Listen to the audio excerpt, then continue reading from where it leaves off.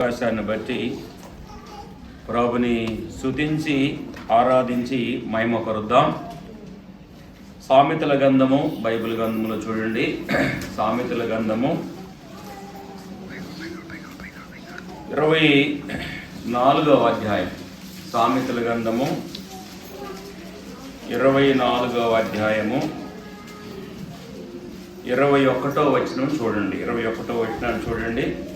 నా కుమారుడా యెహోవాను కన పరుషుడే. మమ్మల్ని ఎంతగానో ప్రేమించిన మా ప్రియ పరలోకపు తండ్రి, మీ వందనాలు చెల్లిస్తున్నాం. నూతన దినము, ప్రభు దినము, నిన్ను గణపరిచే దినము, నీ పాదాల దగ్గర మొక్కి నమస్కారం చేసి పూజించి గణపరిచే దినాన్ని మీరు మాకు అనుగ్రహించి ఇచ్చారు. మీ వందనాలు. ఈ దినము ఎంతో మందికి లేని దినము. క్రీస్తు రక్తములో మమ్మల్ని ఇలువ పెట్టి మీరు కొన్నారు గనక మీ పాదాల దగ్గరికి మేము చేరగలిగాం. మిమ్మల్ని ఆత్మతో సత్యముతో ఆరాధించడానికి అవకాశం మీరు మాకు కలగజేశారు. మీ వందనాలు. మీరే మహిమపడండి, మీరే ఘనత తెచ్చుకోండి. మీరే నా తండ్రి, నా ప్రభా ఆరోపణ కలుగజేసుకోమని ఆది అంతమై ఉన్న దేవా, మీ కోట్లాది స్తుతులు వందనాలు సమర్పిస్తూ మా ప్రభు, మా రక్షకుడైనటి యేసుక్రీస్తు నామములో స్తుతులు చెల్లించి దేవుని వాక్యాన్ని ధ్యానించుకుంటున్నాము తండ్రి. ఆమేన్. ప్రేమైన దేవుని బిడ్డరా, సామెతల గ్రంథం రాసినటువంటి రచయిత దావీదు కుమారుడైన సొలొమోను రాజు. దావీదు రాజే, దావీదు కుమారుడైన సొలొమోను కూడా రాజే. రాజు ఆయన చెబుతున్న మాట, నా కుమారుడ యెహోవాని గణపరచుడి. దేవుని కుమారులైన మనము మన దేవుణ్ణి గణపరిచే వారిగా ఉండాలి. ఆదివారము ఆయన కుమారులు కుమార్తెలు అని చెప్పుకునే మనము ఆయన సన్నిధానానికి వచ్చి, ఆయన మందిరానికి వచ్చి, ఆయన శరీరానికి సాదృశ్యం ఉన్న రొట్టె దగ్గరికి వచ్చి, ఆయన రక్తానికి సూచనగా ఉన్న రసపాత్ర దగ్గరికి చేరువచ్చి, సంఘంగా మనమందరము ఆయన కుమారులు మీ కుమార్తెల మీద కూడుకొని యెహోవాని గణపరిచే వారిగా ఉండాలి. అంటే మన దేవుణ్ణి గణపరిచే వారిగా ఉండాలి. ఆ తర్వాత చరణం చూడండి, రాజుని గణపరుచుడి. రాజు వచ్చేసాడు. మామూలుగా ఒక రాజు గురించి ఎప్పుడు గణపరచమని చెప్పడండి. ఎప్పుడు ఆ రాజే గణపరచబడాలని అనుకుంటారు. యెరూషలేము నగరాన్ని పరిపాలన చేసినటువంటి సొలొమోను రాజు మరొక రాజును గణపరచమని చెబుతున్నాడు. మరొక రాజును గణపరచండి అంటున్నాడు. ప్రేమైన దేవుని బిడ్డరా, ఆ రాజు మన ప్రభు అయిన యేసుక్రీస్తు. ఆ రాజు మన ప్రభు అయిన యేసుక్రీస్తు. అందుకనే కొత్త నిబంధనలో రాజులకు రాజు, ప్రభులకి ప్రభు అంటాం. రాజులకు రాజు ఆయనే, ప్రభులకు ప్రభు కూడా ఆయనే. అందువల్ల సొలొమోను చెబుతున్న మాట, సొలొమోను రాజు అయినా కూడా రాజు చెబుతున్న మాట, నా కుమారుడు యెహోవాని గణపరచండి అని చెబుతున్నాడు. రెండో మాట, రాజుని గణపరచుడి. రాజుని గణపరచాలి. మన రాజు మన ప్రభు. మన రాజుని మనం గణపరిచే వారిగా ఉండాలని దేవుని వాక్యం ద్వారా మన జ్ఞాపకం చేసుకుంటున్నాం. ప్రేమైన దేవుని బిడ్డరా, మన రాజును మనము గణపరిచే వారంగా ఉండాలి. అక్కడక్కడ కొన్ని వచనాలు ప్రసాదం చూడండి. 24వ అధ్యాయము 24వ అధ్యాయము 2వ వచనం చూడండి. 2వ వచనం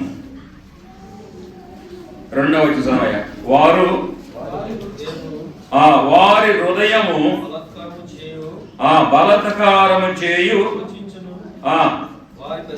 వారి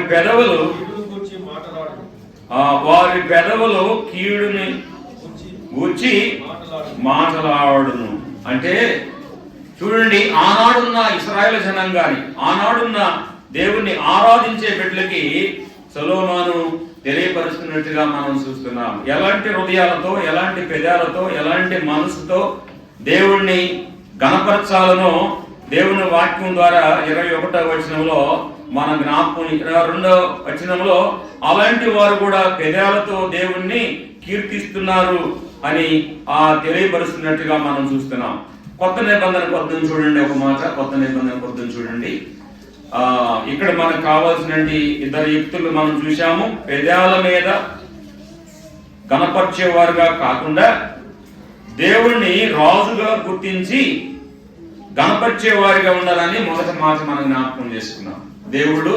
దేవుణ్ణి రాజుగా గుర్తించి గణపరిచేవారిగా ఉండాలి ఆయన బిడ్డలు అనేవారు అనేది మొదటి మాట. రెండవ మాట, కొలసీకి రాసిన పత్రిక అపోస్తలుడైన పౌలు కొలసీలో ఉన్న సంఘానికి, కొలసీలో ఉన్న విశ్వాసులకు రాసిన పత్రికను మనం చూద్దాం. చూడండి, మొదటి అధ్యాయము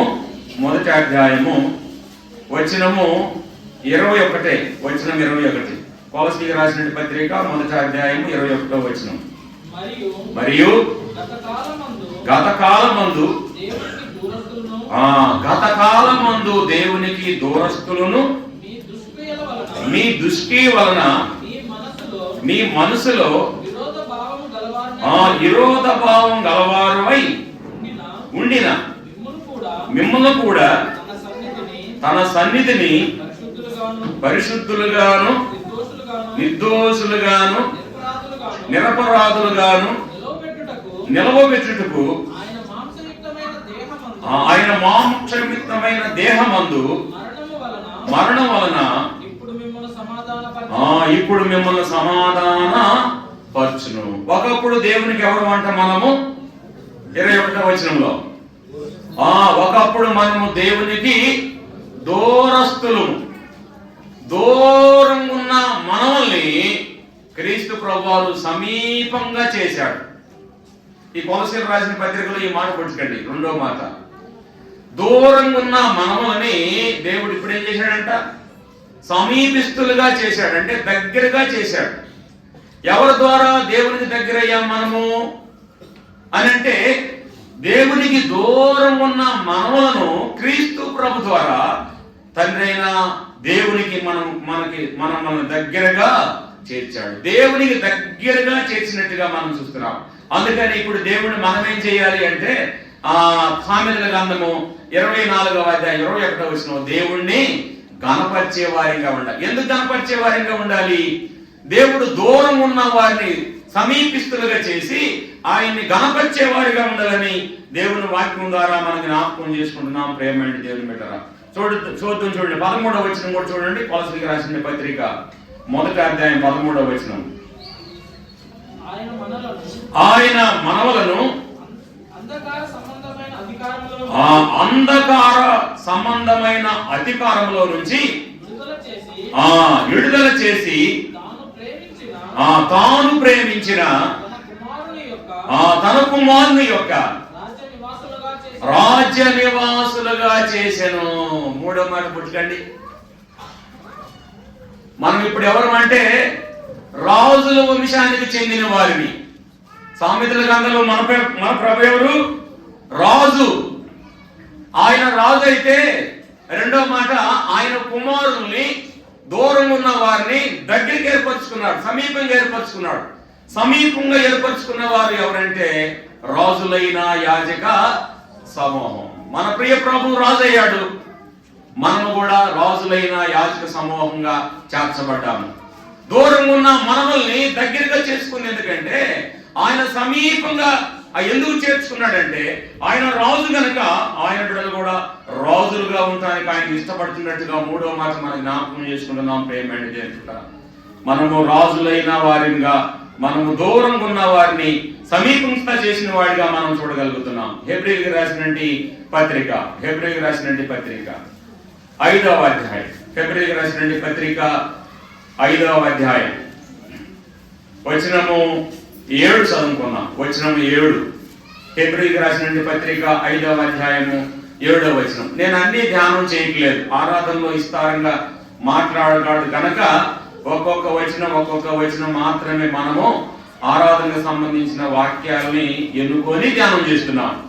మంచిది. 5:7 ఆ శరీరధారి అయి ఉన్న దినములలో యేసుక్రీస్తు ప్రభు గురించి భక్తుడు ఇక్కడ గ్రంథకర్త వివరిస్తున్నాడు. ఎబ్రీ గ్రంథకర్త వివరిస్తున్నట్టుగా మనం చూస్తున్నాం. ఆయన శరీరధారిగా ఉన్నప్పుడు, ఎవరు శరీరధారిగా ఉన్నప్పుడు? ఆ రాజు శరీరధారిగా భూమి మీదకి వచ్చాడు. 4వ మాట, ఆ రాజు భూమి మీద దిగి వచ్చాడు, శరీరధారిగా దిగి వచ్చాడు. ఆయన రాజులకు రాజు అయినానే శరీరధారి అమర్చుకోవాల్సి వచ్చింది, శరీరం అమర్చుకోవాల్సి వచ్చింది. శరీరం అమర్చుకొని ఆయన భూమి మీదకి వచ్చిన వాడిగా మనం చూస్తున్నాం. ఆయన శరీరధారుడుగాను దినములలో, అంటే శరీరం అమర్చుకున్న దినములలో మహారోదనముతోను యేసుక్రీస్తు ప్రభు గురించి మనం వింటూ ఉన్నాం. ఆయన మహారోదనతోను కన్నీటితోను తనను మరణము నుండి రక్షింపగలిగిన వాడికి చాలండి. ఆయన రోదనతోను కన్నీటితోను భూమి మీద ఉన్నవాడిగా మనం చూస్తున్నాం. యేసుక్రీస్తు ప్రభు భూమి మీద ఉన్నప్పుడు ఆయన దేహం అంతా ఎలాగుందో మనం చూడగలం.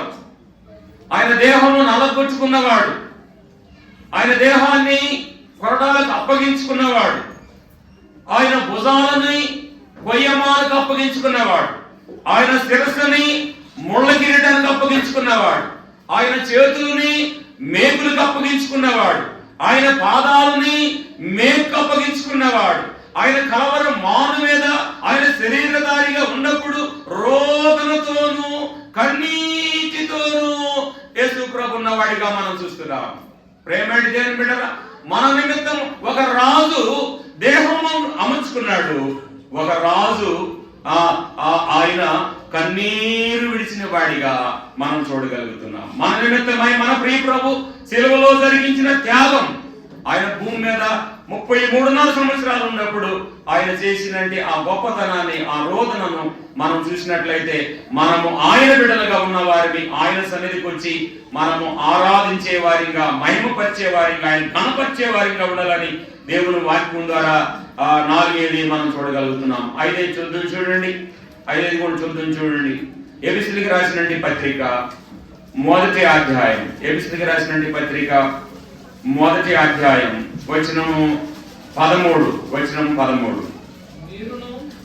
మీరును సత్యవాక్యమును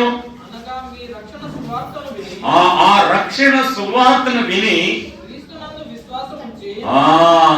5వ మాట మనం చూస్తే సువార్త విని, సువార్త ఇన్ని వారిని ఏం చేసామంట?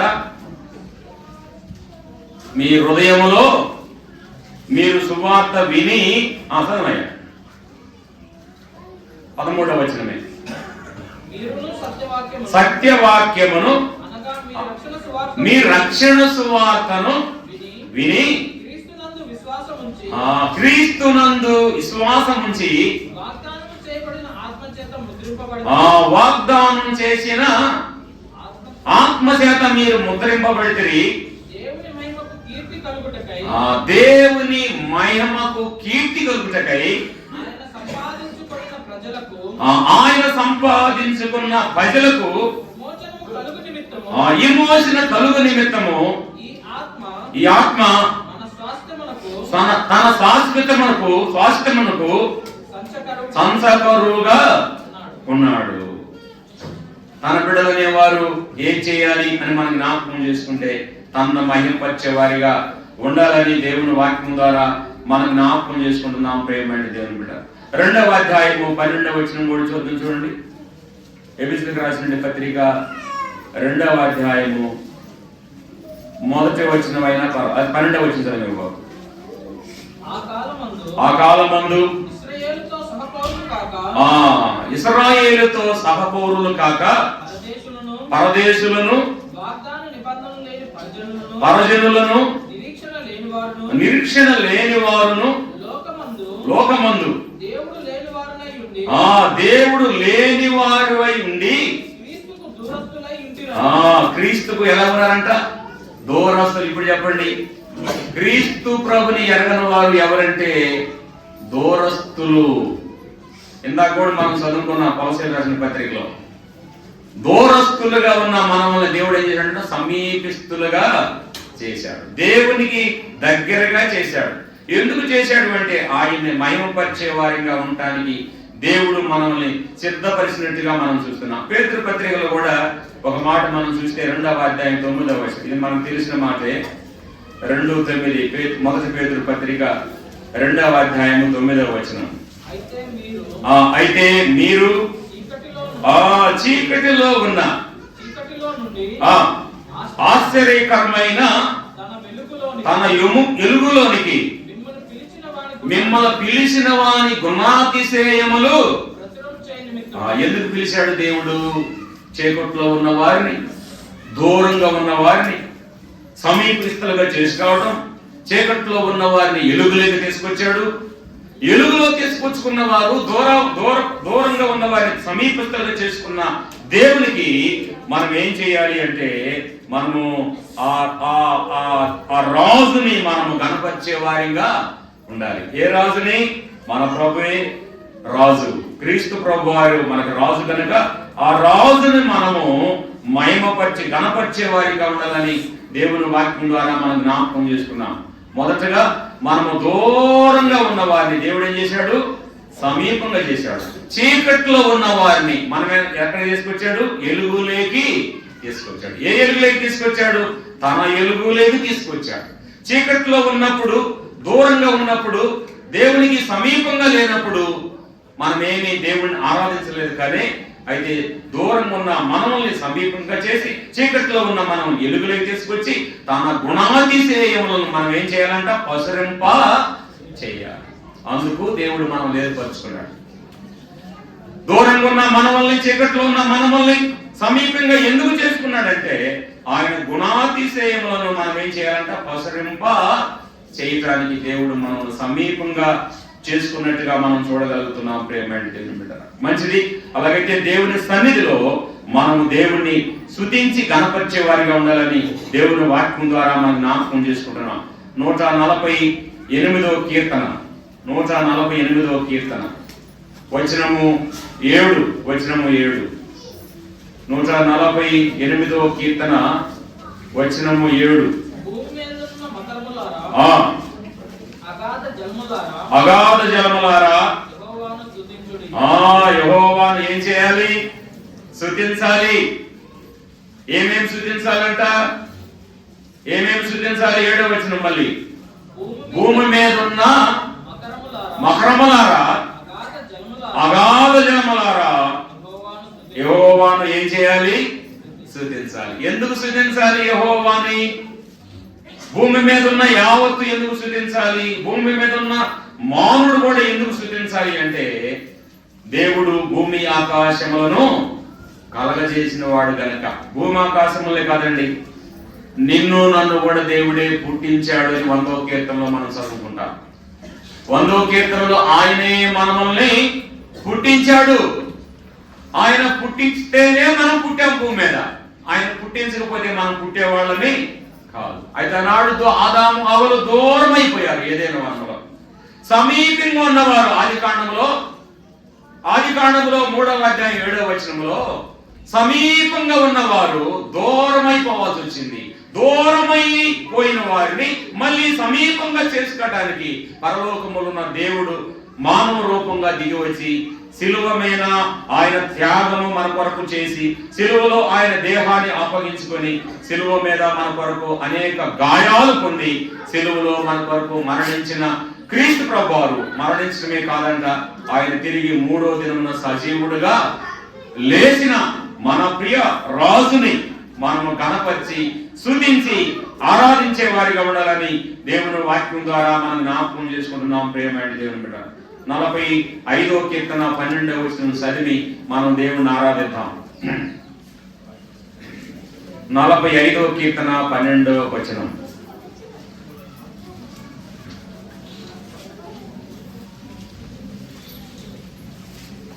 ఏనాయన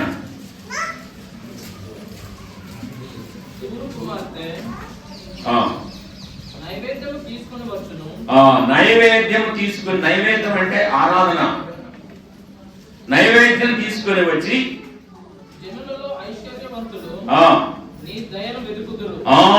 జనులలో ఐశ్వర్యవంతులు నీ దయను వెతుకుదురు. అంతఃపురములో ఉన్న రాజు కుమార్తె కేవలము మహిమ కలిగింది. ఇక్కడ అంతఃపురములో ఉన్న రాజు కుమార్తె. అంతఃపురము అంటే దేవుని సంఘం. అంతఃపురం అంటే దేవుని సంఘం. దేవుని సన్నిధిలో ఎవరున్నారు? రాజు కుమార్తె. సామెతల గ్రంథములో రాజును కనపరచండి అన్నాం. ఇక్కడ సంఘము కుమార్తెగా చెప్పబడుతుంది ఆరాధనలో.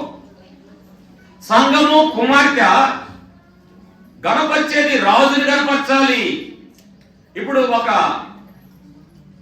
సంఘంగా కూర్చబడినట్టు రాజు భవనంలో ఉన్నట్టు కుమార్తె రాజుని గణపరిచేదానిగా ఉండాలి. అలాగైతే నైవేద్యం తీసుకొని రావాలి. ఏమి తీసుకొని రావాలి? దేవుని దగ్గరికి నైవేద్యం తీసుకొని రావాలి. ఈ నైవేద్యం అంటే నేను లోకంలో పోవాలి కానీ పోట్ల. నైవేద్యం అంటే ఆయన రాజులైన యాజక సమూహము రాజు కోటలోకి వచ్చి రాణిగా ఉండి ఆ రాజును మయంపరచాలంటే నైవేద్యం కావాలి. నైవేద్యం ఏంటంటే నీ హృదయ అర్పణ. నైవేద్యం తీసుకుని రావాలి. నీ హృదయ అర్పణతో నైవేద్యం పెట్టాలి, ప్రభుకి సమర్పించాలి, ఆరాధించాలి. అది దేవుడు కోరుకుంటున్నాడు. అలాంటి నైవేద్యం తీసుకుని వచ్చి ఆ రాజుని మహిమపరిచి గణపరిచే వారిగా ఉండాలని దేవుడు వాక్యం ద్వారా జ్ఞాపకం చేస్తూ ముగిస్తున్నాను. దేవుడి లేఖన భాగాలు మన కొరకు దీవించి ఆశీర్వదించబడును గాక. ఆమేన్.